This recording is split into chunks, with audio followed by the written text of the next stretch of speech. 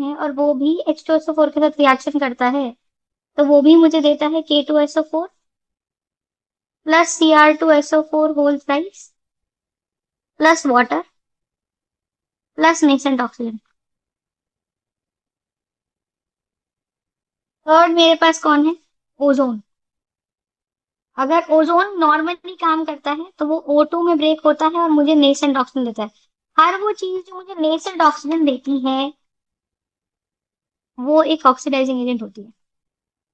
हर वो चीज जो नेसेंट ऑक्सीजन देती है वो एक ऑक्सीडाइजिंग एजेंट होती है। ठीक है। फोर्थ की अगर हम बात करें तो हमारे पास मान लो क्या आ गया, मान लो मेरे पास आ गया कंसंट्रेटेड H2SO4। तो वो अपने आप बैठे बैठे टूटेगा। ठीक है। H2SO4 कंसंट्रेटेड जब होता है तो बैठे बैठे वो H2O और SO2 देता है और नेसेंट ऑक्सीजन रिलीज करता है। Are you understanding the point? बैठे बैठे वो SO2 रिलीज करता है और साथ में वो नेसेंट ऑक्सीजन रिलीज करता है। सिमिलरली अगर हम बात करें कंसंट्रेटेड HNO3 की, तो वो मुझे बैठे बैठे H2O देता है, नेसेंट NO2 देता है और साथ में नेसेंट ऑक्सीजन देता है। Am I right? Are we understanding this part? These are all the reactions जहां पे हमारे पास, चाहे वो कंसंट्रेटेड नाइट्रिक एसिड हो, चाहे वो कंसंट्रेटेड सल्फ्यूरिक एसिड हो, चाहे वो ओजोन हो, चाहे वो पोटेशियम डाइक्रोमेट हो। ठीक है। चाहे वो पोटेशियम परमैंगनेट।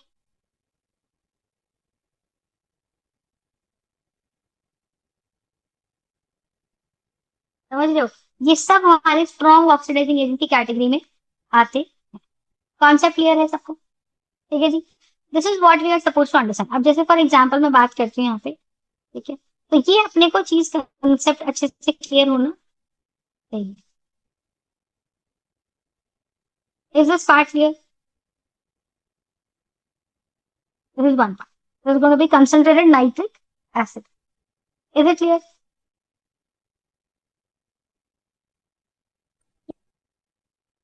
और so that's the idea. अब आप ये चीज देखो, तो we gonna have H2O plus NO2 plus nascent oxygen. एक बात है। अब आप इक्वेशन देखो, अब ध्यान समझना। कभी भी मेरे पास अगर, तो अब ये बात समझ में आई आपको कि कभी भी नेसेंट ऑक्सीजन जब आएगा तो वो आयोडाइड को कन्वर्ट कर देगा I2 में। अगर Cl नेगेटिव के पास ऑक्सीजन आ गया, ओ नेसेंट ऑक्सीजन आ गया, तो उससे भी ऑक्सीजन का काम होगा टू पुल इलेक्ट्रॉन और उसे कन्वर्ट कर देगा Cl2 में। क्या मेरी ये बात अच्छे समझ में आ रही है? थम्स अप दे दो। हाँ या ना?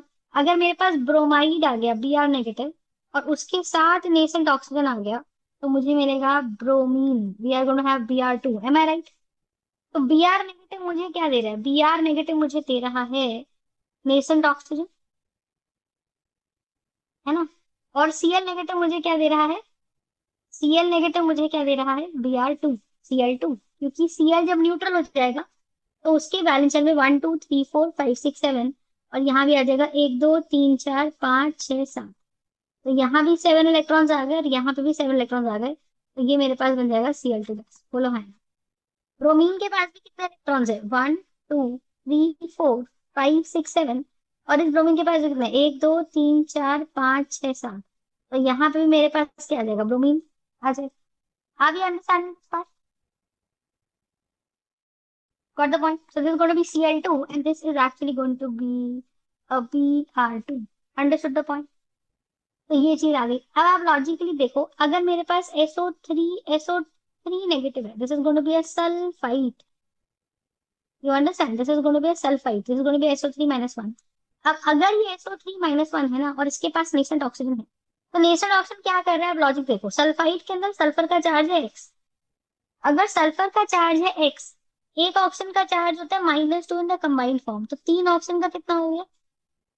-6। नेट चार्ज इज -1, तो x -6 here is going to be -1।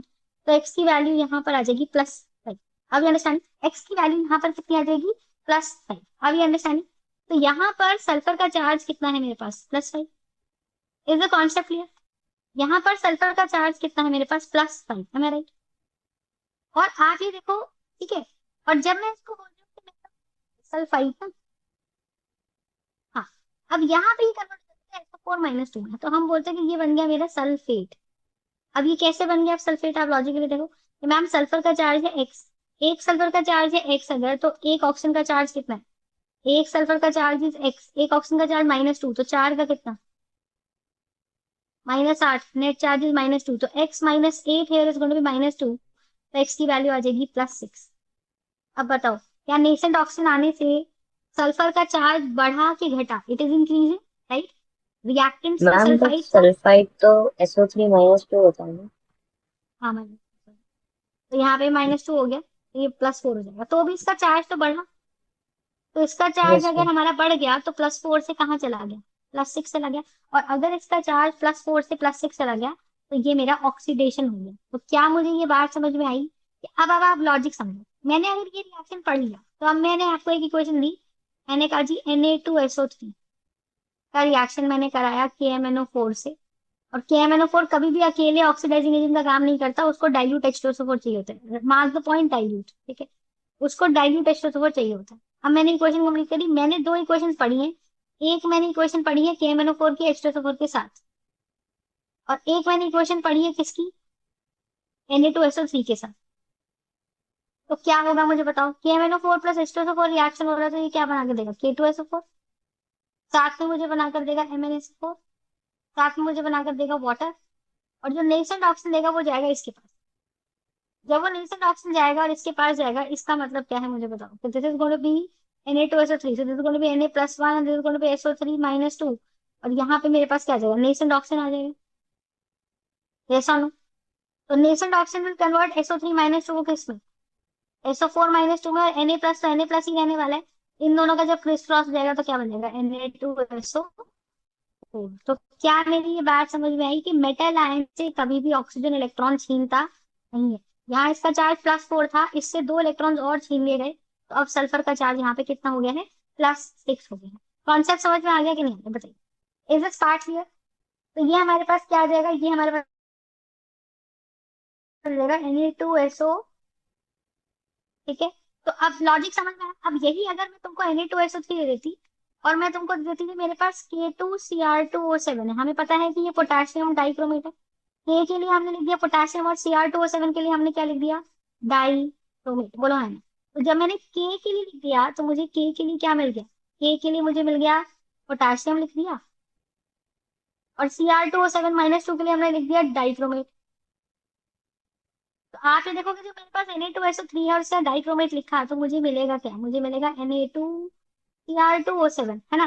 तो हमें हमें दोनों की रिएक्शन करनी है। मुझे पता है Na2Cr2O7 जो होता है, K2Cr2O7 जो होता है, वो H2SO4 के साथ काम करता है। जब वो H2SO4 के साथ काम करता है, तो मुझे ये चीज पता है कि भाई it is going to give me K2SO4, है ना? Plus Cr2SO4 whole thrice, plus water, plus nascent oxygen. Nascent oxygen जो है Na2SO3 के साथ जा रहा है, तो वो क्या बनाएगा? Na2SO4। तो this is going to form sodium sulphate. Are you understanding the part? This is going to form sodium sulphate. Concept समझ में आ रहा है कि नहीं आ रहा बताइए? तो this you have to understand, this you have to understand concept. तो मेरे पास क्या आ जाएगा? मेरे पास आ जाएगा K2SO4 plus Cr2SO4 whole thrice, है ना? और सल्फाइड, इन दोनों की रिएक्शन से जो नेसेंट ऑक्सीजन प्रोड्यूस हुई, वो चली जाएगी हमारी Na2SO3 के पास। Are you understand?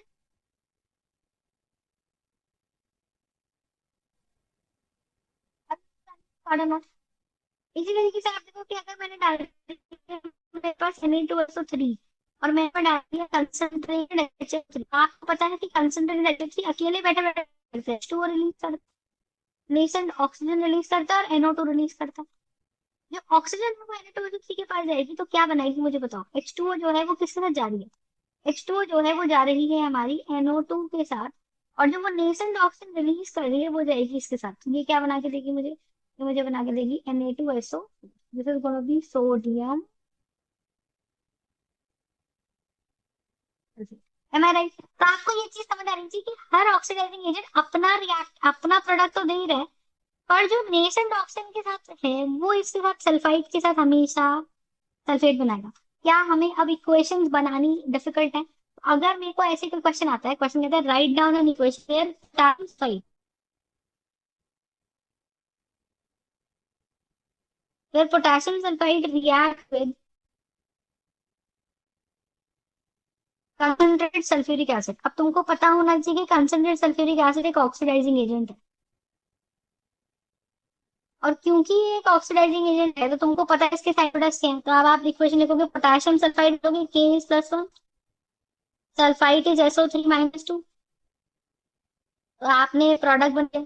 इसका रिएक्ट का मत लगाना है, और कंसंट्रेटेड एस्टर लिखना है, मतलब सल्फर एसिड लिखना है। अब क्या होगा मुझे बताओ, कि अगर मेरे पास कंसंट्रेटेड H2SO4 है तो वो बैठे बैठे H2O देगा, बैठे बैठे SO2 देगा, और बैठे बैठे नेसेंट ऑक्सीजन देगा।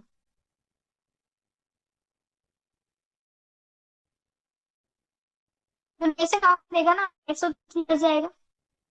और आपको पता है कि के कैसे टूटता है, के प्लस और SO3-2, और नेसेंट ऑक्सीजन तो भूखा है। ये जो मैं लाइनें बोल रही हूँ ना, इनको ऐसे ही रखना। और ये साइट में जो चार फोर का उससे इलेक्ट्रॉन और देगा, और उसे कन्वर्ट कर देगा SO4-, मतलब पोटेशियम का वैसे ही रहेगा बी कर भी। तो खास करके वो नेसेंट ऑक्सीजन इसका क्या कर देगा, इसे कन्वर्ट कर देगा इस K2SO4 में।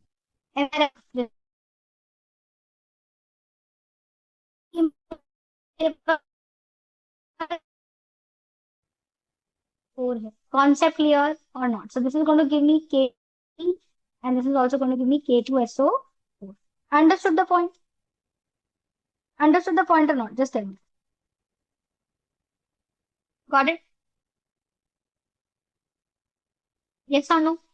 So yes this is how it is going to be. So this is going to give me. So this is going to be the product. तो मुझे इक्वेशन बनानी पहले आनी चाहिए।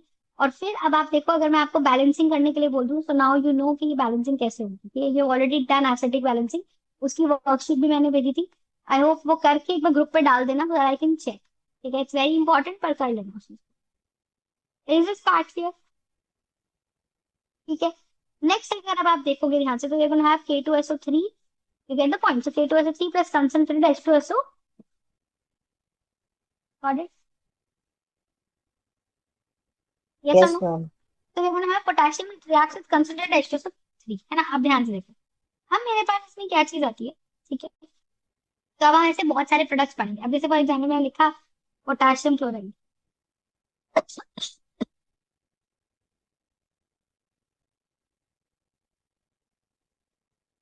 Reacts with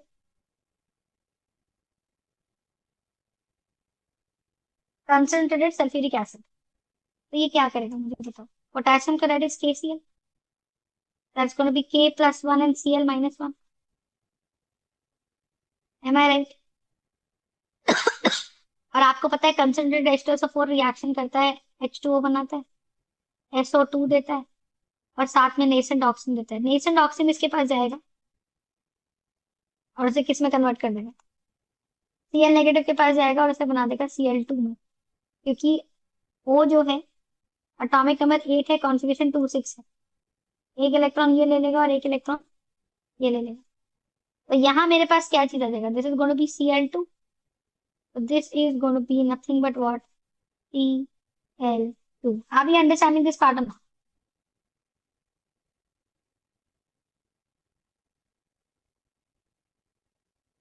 what the point? और जो oxygen है वो O-2 बन जाएगा, और आपको पता है K+ फ्री है, उसका अभी कुछ हुआ नहीं है, तो वो O के साथ ही कंबाइन करेगा, तो वो बना के देगा K2। कंसेप्ट समझ में आया?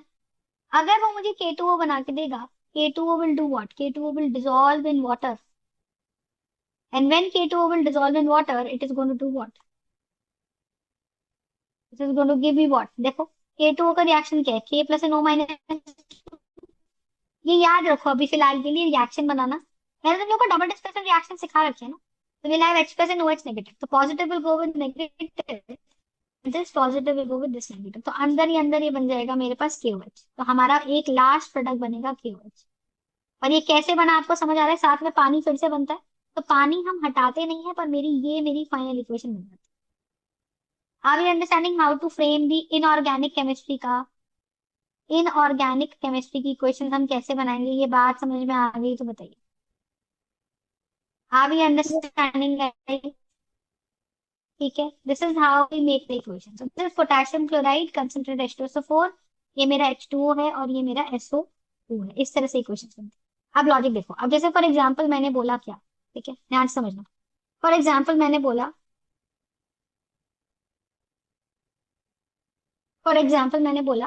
ठीक है, अब मेरे पास है न्यूट्रल नॉन मेटल। तो ऐसे अगर मैं बात करती हूँ नॉर्मली किसकी, जैसे सल्फाइड कन्वर्ट्स, जैसे आप समझो, NO2 - 1 इज नाइट्राइट। तो nitrite on the presence of nascent oxygen will convert itself to nitrate. ठीक है, अगर मैंने बोला क्या, तो chloride converts to Cl2, bromide converts to Br2, iodide converts to I2, NO2 negative, nitrite converts to nitrate. ठीक है, अब लॉजिक समझो, this is going to be NO2 - 1, nascent oxygen आया और वो नाइट्रेट में कन्वर्ट हो गया। Got the point? ठीक है, so we're going to have NO2 - 1, we're going to have NO2 - 1, and this is actually going to be what? This is going to be nitrate, है ना? और देखो, अगर मैंने बोला सल्फाइड, सल्फाइड में अगर नेसेंट ऑक्सीजन लग जाता है, तो या तो वो नॉर्मल सल्फर बनता है या वो सल्फेट बनता है। सल्फेट में सल्फर पे चार्ज है +6 और इस पे चार्ज है 0, तो ये क्या है? ये है सल्फाइड, ये है सल्फाइड, और उससे क्या बन रहा है? सल्फर। और ये क्या है? Sulphate. Am I right? So you can have sulphide से सल्फर से सल्फेट, नाइट्राइट से नाइट्राइट। ठीक है, ऐसे अगर मैंने बोला ASO3, is gonna be arsenite, और नेसेंट ऑक्सीजन डालने से क्या बन जाएगा?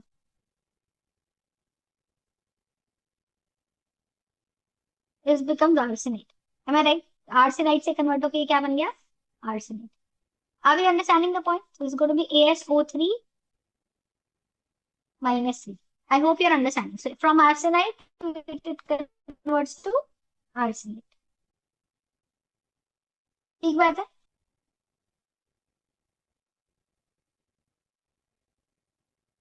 Is the concept clear? Then we'll have,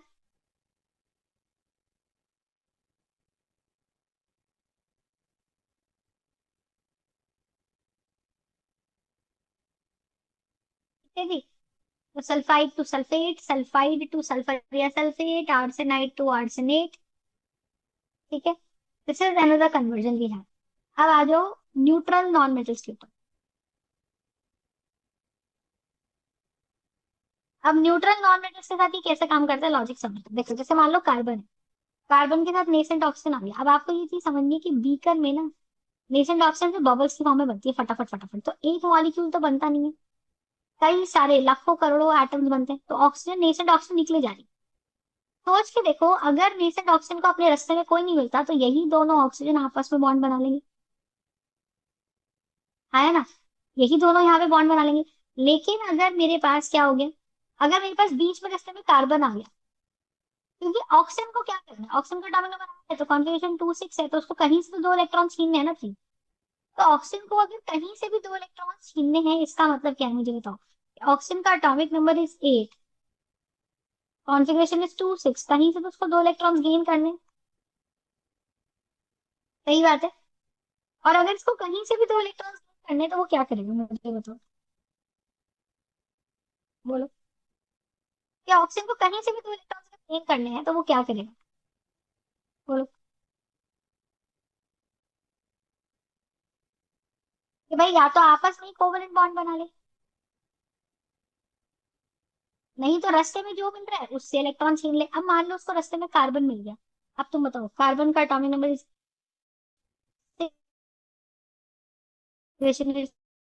अगर कार्बन का atomic number is 6 and configuration is 2 4, तो वो क्या करने वाला है मुझे बताओ? कि भाई the configuration is 6, atomic number is 6, configuration 2 4, oxygen भर भर के, तो कार्बन के पास कितने इलेक्ट्रॉन्स हैं बताओ?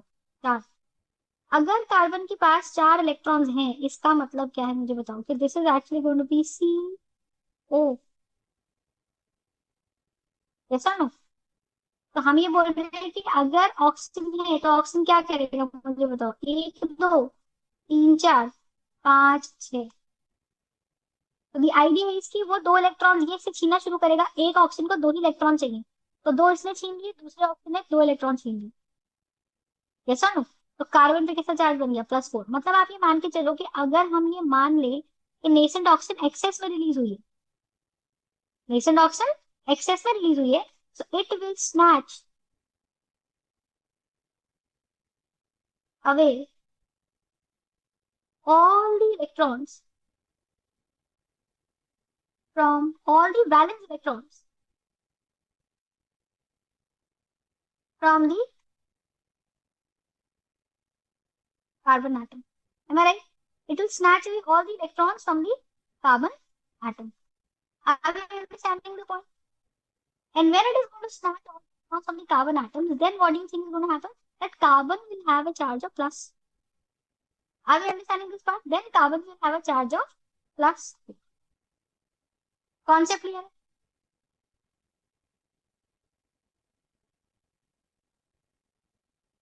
Got the point? और हर ऑक्सीजन पे कैसा चार्ज आ चुका है मुझे बताओ? -2। तो आप लॉजिक करो कि इन दोनों में क्रॉस करोगे तो two one and two two जा, तो प्रोडक्ट क्या बन के निकलेगा? CO2। ये कार्बन की सूडो वैलेंसी बची हमारी कौन? +2। और ऑक्सीजन की सूडो वैलेंसी बची -1। कैंसिल करने के बाद अब जब आप इनमें क्रिस क्रॉस कर दोगे तो क्या बन जाएगा? CO2। Are you understanding this part? This time so we are going to have what? We are going to have CO2। It's a concept. Got the point or not?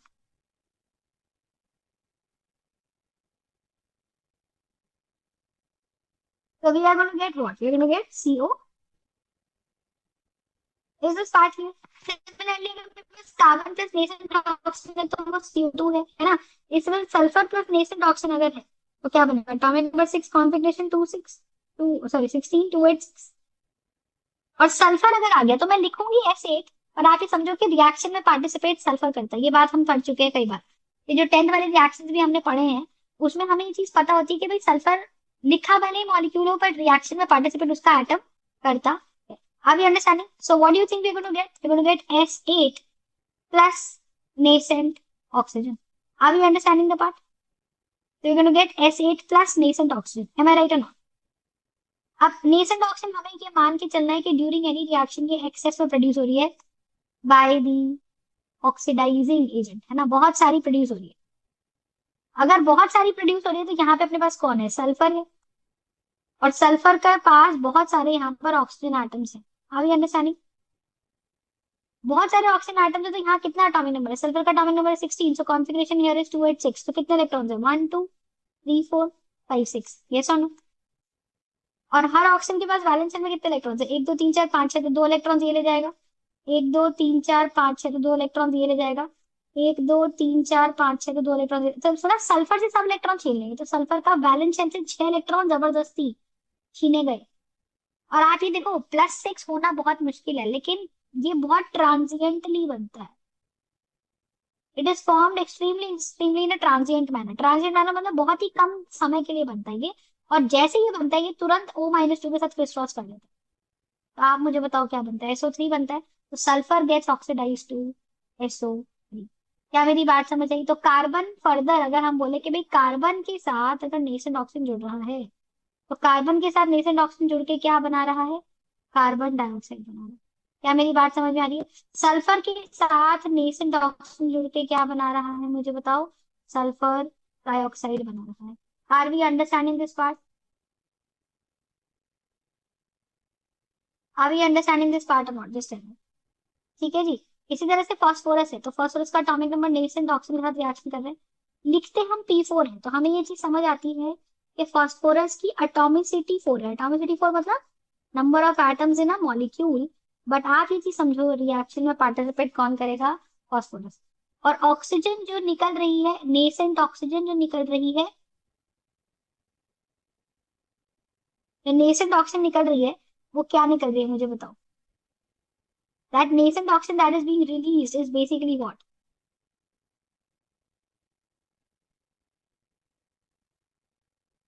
You get it? So nascent oxygen that is getting released is what? तो P अगर nascent oxygen से reaction करेगा, got it, तो उसका atomic number 15 है। और configuration 285 है। तो ऑक्सीजन इसको जो घेरेगा, तो इसके वैलेंस शेल में 5 इलेक्ट्रॉन्स है। अब 5 इलेक्ट्रॉन्स होने का मतलब क्या है? बहुत सारे ऑक्सीजन है, तो दो इसने ले लिए। हर ऑक्सीजन को कितने इलेक्ट्रॉन चाहिए? 1 2 3 4 5 है। 1 2 3 4 5 है। इसके पास एक फॉस्फोरस है, तो 1 2 3 4 5 है। एक इससे ले लिया। तो बीच में ऐसा तो है नहीं कि फॉस्फोरस का एक ही आइटम है, बहुत सारे हैं पर वो अलग अलग है। तो आप ये समझो कि फॉस्फोरस से सारे 5 इलेक्ट्रॉन ऑक्सीजन के द्वारा छीन लिए जाएंगे। तो फिर बताओ, 15 प्रोटॉन बराबर 15 इलेक्ट्रॉन था फॉस्फोरस का। यस और no? And if that is the case, then phosphorus will require what kind of charge? Then phosphorus will require a +5 charge. Am I right or not? And whenever phosphorus will acquire a +5 charge, और oxygen पे कैसा charge रहेगा? -2. Then we are going to have P2O5. Am I right? Then we are going to have P2O5. Got the point? And then thereby we are going to have P2O5. फंडा समझ में आया? तो ये बन जाएगा मेरा फॉस्फोरस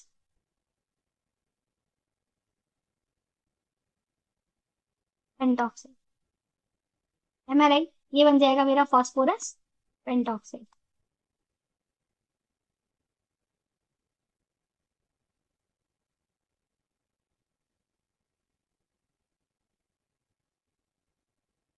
एम आई राइट और नॉट?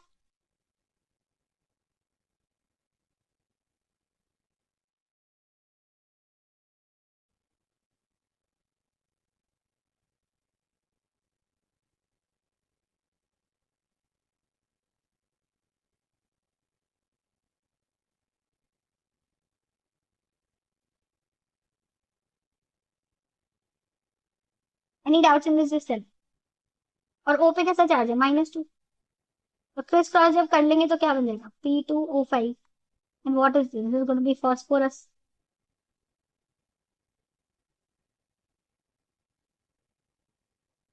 पेंटॉक्साइड। इस पार्ट क्लियर? तो हमें ये चीज समझ में आनी चाहिए। इसी तरीके से अगर आप देखो कि मेरे पास कौन है, नाइट्रोजन, उसको मैं नेसेंट ऑक्सीजन से डाल दूं, तो क्या बनता है मुझे बताओ? नाइट्रोजन का atomic number is 7, configuration is 2 5। और 2 5 के अंदर अगर नाइट्रोजन बैठे तो मतलब उसके पास 1 2 3 4 5 वैलेंस इलेक्ट्रॉन्स है, और यहाँ ऑक्सीजन है 1 2 3 4 5 6। तो ये इससे इलेक्ट्रॉन छीन लेगा, ऐसा ना? दूसरा ऑक्सीजन भी से 2 इलेक्ट्रॉन छीन लेगा, तो नाइट्रोजन से सारे इलेक्ट्रॉन छीन ले जाएंगे। तो नाइट्रोजन पे कैसा चार्ज आएगा मुझे बताओ? N+5। और O पे कैसा चार्ज आएगा बताओ? -2। तो क्रिस क्रॉस जाएगा तो क्या बन जाएगा?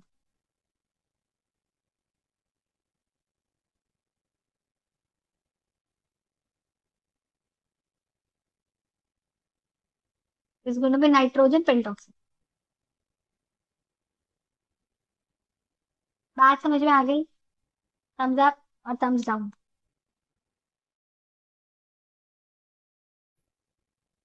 समझा या नहीं guys?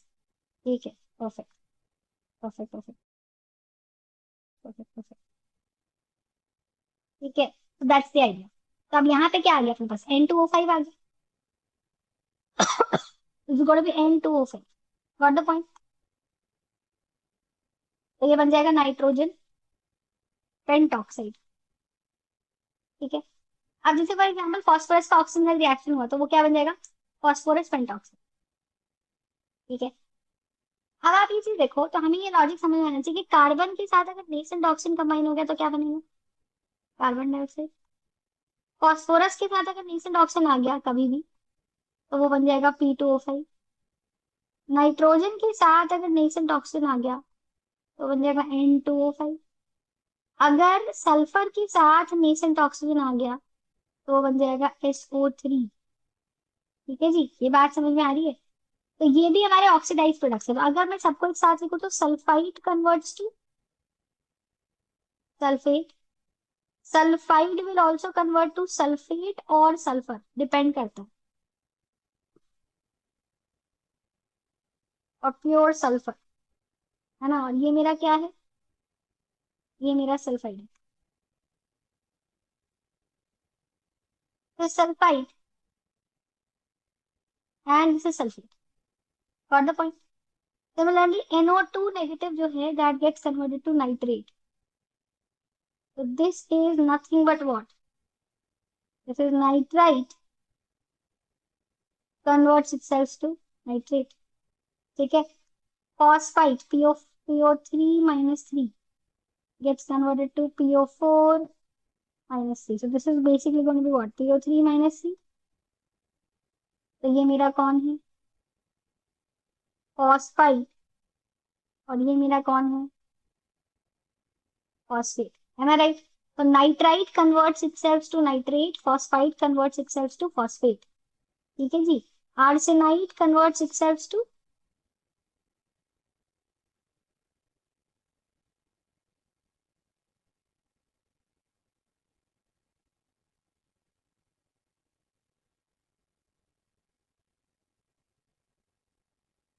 arsenic. Got the point? So arsenite ion will convert itself to arsenate ion.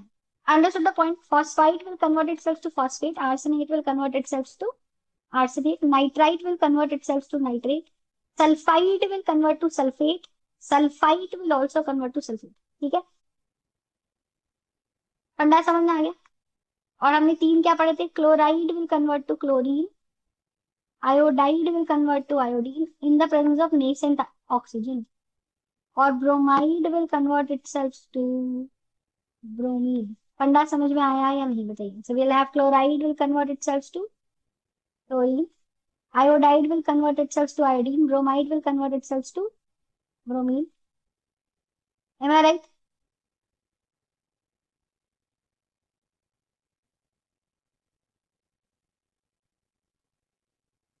और ये सब हमारे कन्वर्ट होते हैं प्रोडक्ट्स. ठीक है. अब आप ये देखो हमने कितने इक्वेशन सीख लिए एक तरीके से. If you look at this we will have 1 2 3 4 5 6 7 8 9 10 11 12. 12 तो मैं वो बता रही हूँ. They might be many right. लेकिन अब आप लॉजिक देखो. सबका लॉजिक है अगर प्योर सल्फर भी आ जाए और अगर एक्सेस तो बहुत ज्यादा एक्सेस आ जाए तो pure sulphur can go up till sulphate also. ये भी इक्वेशन बन सकती है. और मैंने ऑक्सीडाइजिंग एजेंट फॉर्मूला 4 या 5. अब आप लॉजिक ये देखो. अगर मैं यही इक्वेशन लिखूं कार्बन प्लस कंसंट्रेटेड HNO3 फिर मैं लिखूं सल्फर प्लस कंसंट्रेटेड HNO3 फिर मैं लिखूं फास्फोरस प्लस कंसंट्रेटेड HNO3 फिर मैं लिखूं नाइट्रोजन प्लस कंसंट्रेटेड HNO3 फिर मैं लिखूं KCl प्लस कंसंट्रेटेड HNO3 और मैं आपको बोलूं जी इक्वेशंस कन्वर्ट कर. फिर मैं बोलूं KBr प्लस कंसंट्रेटेड HNO3 फिर मैं बोलूं KI प्लस कंसंट्रेटेड HNO3. ठीक है. तो KCl plus concentrated HNO3 KBr plus concentrated HNO3 KI plus concentrated HNO3 है ना. फिर मैं क्या बोलूं. मैंने बोला जी K3PO3 प्लस कंसंट्रेटेड HNO3. मैं बोलूं K2SO3 प्लस कंसंट्रेटेड HNO3. ठीक है. फिर मैं बोलूं KNO2 प्लस कंसंट्रेटेड HNO3.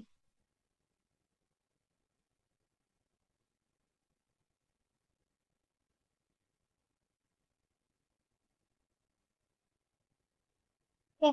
फिर मैं बोलूं K3ASO3 potassium arsenide plus concentrate. अब आपको ये चीज पता है कि भाई मैम मेरे को इन सबकी इक्वेशन बनानी है. कितनी डिफिकल्ट है ये. आपको ये पता चल गया कि मैम HNO3 जो है मेरा वो बैठे बैठे क्या देगा. वो बैठे बैठे H2O देगा और साथ में नेसेंट ऑक्सीजन देगा और NO2 देगा ही देगा. और नेसेंट ऑक्सीजन जो देगा वो नेसेंट ऑक्सीजन जाएगा कहाँ. वो जाएगा कार्बन के पास. तो carbon will convert itself to what. Carbon will convert itself to carbon dioxide. ठीक है. हमें पता है कंसंट्रेट H2O बैठे बैठे H2O और NO2 तो देगा ही देगा. साथ में नेसेंट ऑक्सीजन देगा. वो नेसेंट ऑक्सीजन जब सल्फर के पास जाता है तो आपको हमने सीखा है कि सल्फर क्या कन्वर्ट करता है. SO3 में कन्वर्ट करता है. बोलो हाँ. हाँ या ना. M I right? कॉन्सेप्ट समझ में आ रहा है? इसी तरह से देखो कंसंट्रेट HNO3 बैठे बैठे H2O और नेसेंट ऑक्सीजन देगा और NO2 देगा, नेसेंट ऑक्सीजन जाएगा फास्फोरस के पास और वो बन जाएगा P2O5। अभी अंडरस्टैंडिंग? वो बन जाएगा P2O5। अभी अंडरस्टैंडिंग दिस पार्ट?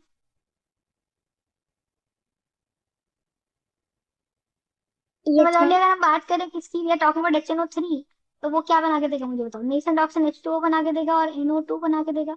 और जो नेसेंट ऑक्सीजन है वो नाइट्रोजन के पास जाएगा और नाइट्रोजन के पास जाके वो बन जाता है N2O5। सिमिलरली HNO3 जो है वो बैठे बैठे H2O देगा और NO2 देगा अपने आप और नेसेंट ऑक्सीजन देगा। नेसेंट ऑक्सीजन के प्रेजेंस में इनका क्या हाल है मुझे बताओ? नेसेंट ऑक्सीजन किससे इलेक्ट्रॉन छीनेगा, K+ से या क्लोराइड से? क्लोराइड से। तो Cl2 बन जाएगा वो तो, और K+ कंबाइन करेगा O-2 से, क्योंकि दो इलेक्ट्रॉन लेने के बाद O का हाल हो चुका होगा, ये बन जाएगा K2। मैम के ओ सिमिलरली एच कंसंट्रेट H। हाँ जी। के ओ एच नहीं बनेगा। अच्छा। वो बना लेंगे बाद में, अभी तो मेन मेन प्रोडक्ट्स लिखो। फिर नेसेंट ऑक्सीजन जाएगा इसके पास K+ एंड Br- के पास। उससे इलेक्ट्रॉन किससे छीनेगा, K+ से कि Br- से बोलो? Br- से छीनेगा। Br- से जब छीनेगा तो ये क्या बनाएगा बताओ? ये बनाएगा Br2 + K2। है ना राइट? फिर मेरे पास कौन है यहाँ पर? फिर मेरे पास है Ki। ये देगा बैठे बैठे H2O + NO2। तो ये मुझे क्या दे रहा है? ये मुझे दे रहा है H2O + NO2, है ना? प्लस K+ एंड I- देगा। तो माई आइडिया इज कि अगर ये मुझे K+ और I- दे रहा है तो ये बन जाएगा K2O और I- का कन्वर्जन हो जाएगा I2। आप देखो इतनी सारी इक्वेशन, मैंने जैसे 10-12 इक्वेशन बना ली। और ये जो मैंने 10-12 इक्वेशन बनाई है ना, ये मैंने किसकी बनाई है? बनाई है ना ऐसी। अगर जितने भी ऑक्सीडाइजिंग एजेंट्स हैं, हर 15 से 20 इक्वेशन बनती है। तब आप मुझे बताओ, अगर मैं धीरे धीरे चीजें करके ऑक्सीडाइजिंग एजेंट्स का नंबर टू 10 बना दूं, तो मेरे पास ऐसे 150 इक्वेशन होती है जो बच्चे रटते रह जाते हैं। हमें इक्वेशन नहीं रटनी, हमें ऑक्सीडाइज प्रोडक्ट्स रटने हैं कि कौन किससे ऑक्सीडाइज हो रहा है। और ऑक्सीडाइज होने का मतलब ही क्या है? Loss of electron. तो किसी से इलेक्ट्रॉन जो छीन लो, तो HNO3 ऐसा क्या कर रहा है? नहीं जा रहा है, मेरी बात समझ में आ रही है आपको? कि HNO3 जो है वो कंसंट्रेट HNO3 जो है, उसने नेसेंट ऑक्सीजन या वो पार्ट जो है वो नाइट्रोजन से, वही ऑक्सीजन जो है वो क्लोरीन से, क्लोराइड से इलेक्ट्रॉन छीन रहा है। आगे अंडरस्टैंड? यस। राइट? तो that's how the products are actually being form. तो मेरे पास क्या बन जाएगा? H2O + NO2 + iodine + K2O। Are we understanding this part? So this is actually going to be what? This is going to be I2 + K2O। तो ऐसे मेरे पास क्या आ जाएगा? K3PO3 आ जाएगा along with what? Along with HNO3। We are going to have K3PO3 plus concentrated HNO3। Concept clear है? तो अगर मेरे पास यहाँ पे K3PO3 आ जाएगा तो क्या बनेगा? HNO3 बैठे बैठे H2O देगा, साथ में नेसेंट ऑक्सीजन देगा। नेसेंट ऑक्सीजन इसके पास जाएगा, K3PO3 will break down as like this: K+1 and PO3 - 3।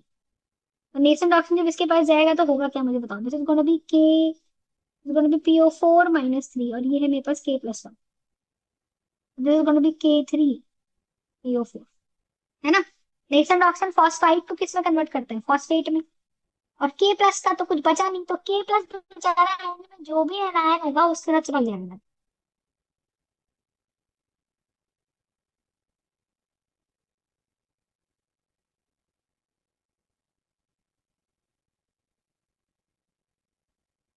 है ना right? We're gonna have K3PO4।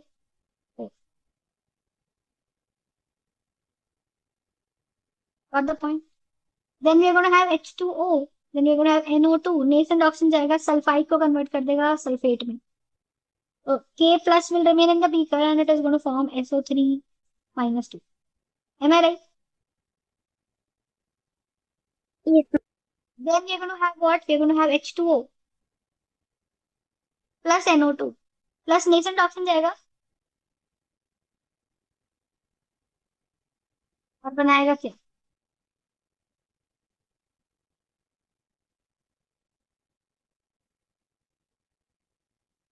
Potassium nitrate. H2O plus NO2 और नेसेंट ऑक्सीजन जाएगा किसके पास? इसके पास। ये बना के देगा K+1। ये बना के देगा मुझे AsK3, AsO4। This is gonna be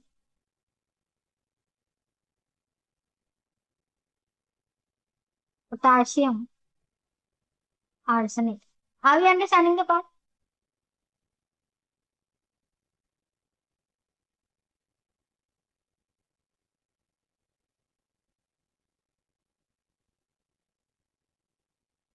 understood the point? तो आप देखो, मैंने जैसे ही क्वेश्चन यहाँ पे HNO3 के लिए बनाई है, अब आप ऐसी ही सारी की सारी क्वेश्चन किस किस के लिए बनाओगे? जितने भी मैंने आपको रिएजेंट्स दिए, H2SO4 के लिए बनाओगे, KMNO4 के लिए बनाओगे। मतलब KMNO4 को आप अकेले नहीं डाल सकते, तो आप कंसंट्रेटेड H2SO4 के साथ डाल के बनाओगे। अब इसमें लॉजिक समझो, एक और चीज होती है। कुछ आयन्स और होते हैं, एक होता है C2O4-2, इसको क्या बोलते हैं भाई? ऑक्सीलेट। रेडिकल्स में आप बिल्कुल दिक्कत नहीं होनी चाहिए। अगर इसके पास नेसेंट ऑक्सीजन आ जाए, तो ऑब्वियसली बात है, नेसेंट ऑक्सीजन जाएगा तो वो कार्बन से इलेक्ट्रॉन छीनेगा। कैसे छीनेगा देखो, कार्बन का यहाँ चार्ज है, तो दो कार्बन का चार्ज 2x हो जाएगा। एक ऑक्सीजन का चार्ज -2 होता है ना कंबाइंड स्टेट, ये हमने सीखा है। तो दो चार ऑक्सीजन का minus eight is net charge -2, so this is going to be 2x minus 8 here is going to be -2, so 2x here is going to be +6, x here is going to be plus। Are we understanding the point? Are we understanding the point? तो यहाँ मुझे ये चीज समझ आ गई।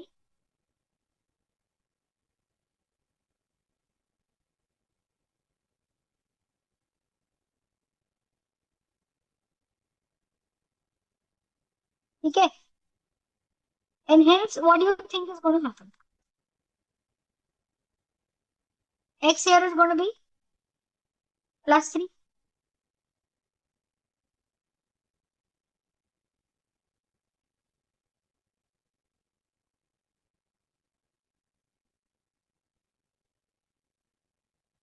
हमारे पास क्या आ जाएगा? CO2। और CO2 पे कार्बन का चार्ज कितना है मुझे बताओ?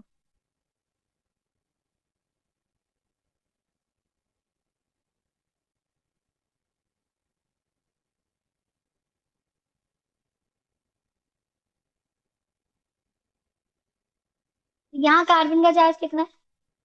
+4। अब मुझे एक सिंपल बताओ, यहाँ +3 से चार्ज बढ़ के कितना होगा? Plus.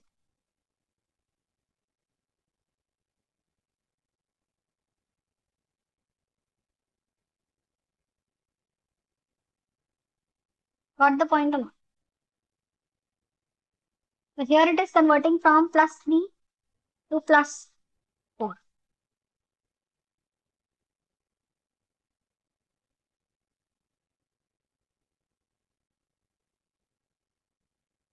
Got the point?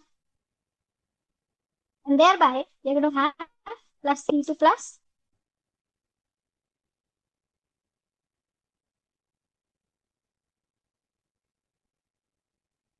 Got it? So X will convert from C2O4-2 to CO2.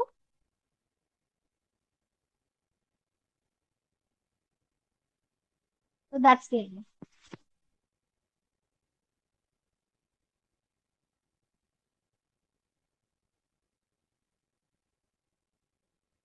Got it? It's fine. Right. Oxalate will always oxidize itself to carbon dioxide. Always. एक और देखो, ऑक्सीडेशन ऑफ कैटायंस कैसे होती है? Oxidation of cations कैसे होती है देखो, Fe+2 से कन्वर्ट होता है, वो बनता है Fe+3। Ferrous will get oxidized to ferric।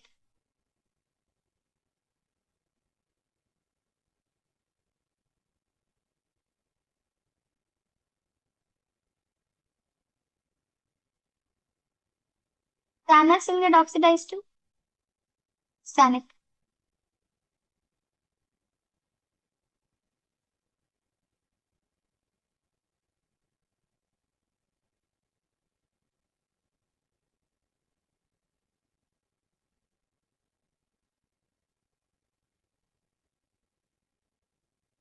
Rhombus will get oxidized to plumbic। ठीक है,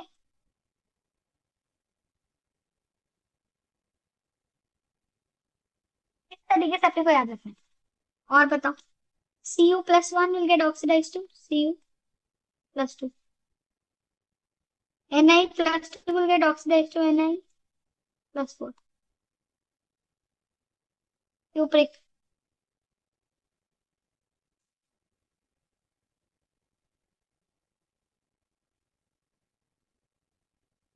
this is nickel 4. This is actually going to be nickel 4 oxidation state.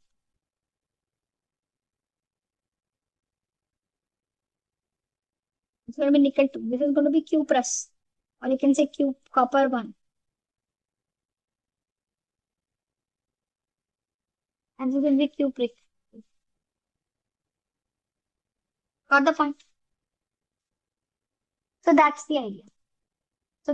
So I hope you're understanding कि हमारे पास इस तरह से फेरस से ferric, stannous से stannic, प्लम्बस से प्लम्बिक, Q+ से क्यूप्रिक, nickel 2 से nickel 4, इस तरीके की ऑक्सीडेशन स्टेट्स हमारे पास यहाँ पर बन रही।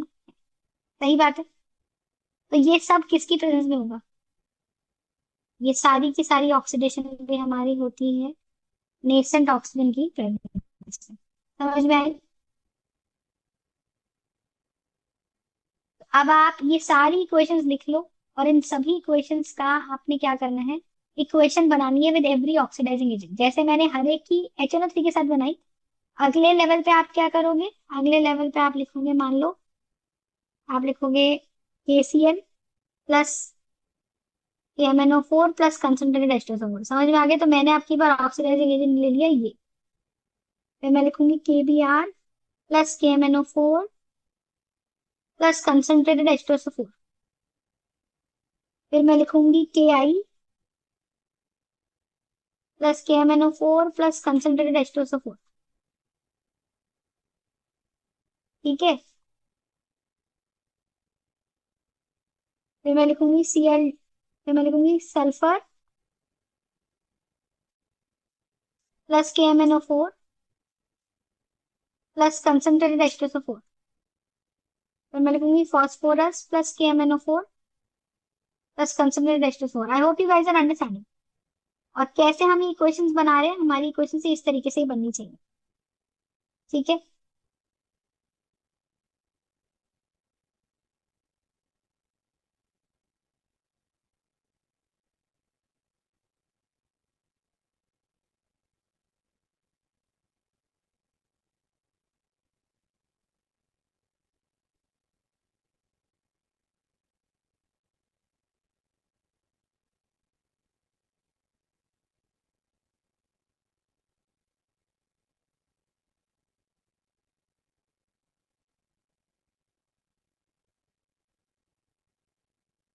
और द पॉइंट नाउ,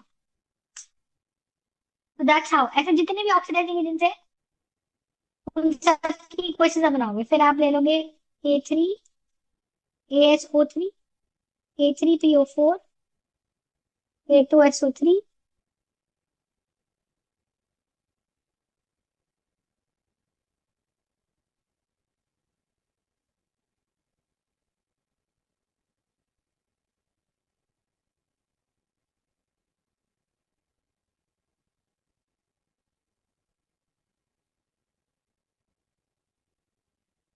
ठीक है, लाइक दैट।